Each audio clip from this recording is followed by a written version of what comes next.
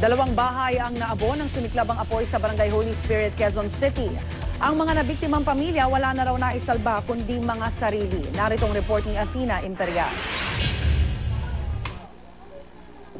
Hindi kalayuan sa mga bahay na nasunog sa Barangay Holy Spirit sa Quezon City. Nakatanaw ang pamilya Rhea sa naabo nilang tahanan. Hindi raw nila alam ngayon kung paano magsisimulang muli. Wala kasi silang naisalbang gamit matapos madamay ang kanilang bahay sa apoy na galing umano sa kapitbahay nila pasado alas 11 kagabi. Kala ko mapapatay kasi maliit pa lang yung apoy. Wala pa lang tao sa kabila. Kaya pala sigaw ng sigaw ko. So kuya, saan mo nakita? Sa kisame ba? Sa Kisame agad. kisame. Kisame. Binubuhusan ko namamatay kaso nga lang hindi ko in-expect. Mayroon pa pala sa kabila. Kasi ito lang pagitan namin. Yun, lumakas na. Laking pasalamat ni Eduardo, nagising pa siya nang magsimulang tupukin ng apoy ang kanilang bahay.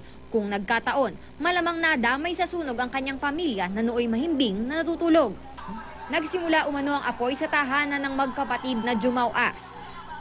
Kadarating lang daw noon ni Joseph Jumauas mula sa trabaho nang makita niyang nagliliyab ang isang kwarto sa kanilang bahay.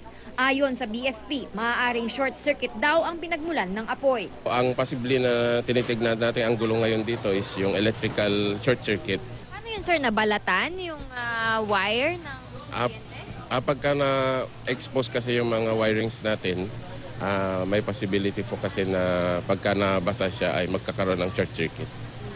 Isang oras bago tuluyang naapulan ng mga bumbero ang sunog na umabot sa ika-4 na alarma.